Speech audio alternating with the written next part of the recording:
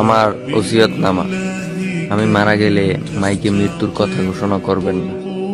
আমার মৃত্যুর সংবাদ শুনে পড়ুন, ইন্না লিল্লাহি ওয়া ইন্না ইলাইহি রাজিউন। আর যখন শুনবেন আমি নাই, তখন সূরা ফাতিহা একবার, সূরা ইখলাস 3 বার পড়বেন।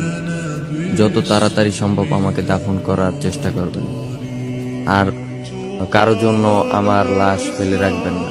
সবাই আমার জানাজায় আসবেন। কারো কাছে আমার কোনো ছবি থাকলে দয়া করে ডিলিট দিয়ে দিবেন।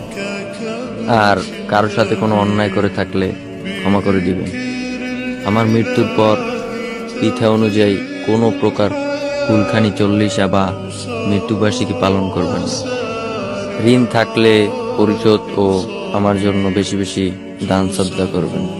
আমার জন্য কেউ যেন উচ্চ আওয়াজে না কাঁদে। আর যখনই তুমি দোয়া করবে সেই দোয়ায় আমাকে শামিল করো। আমার মৃত্যুর পর যদি কখনো আমার প্রোফাইলে আসেন তাহলে আমার নাজাতের জন্য একটু দোয়া করবেন। অতঃপর আইডিতে ব্লক দিবেন।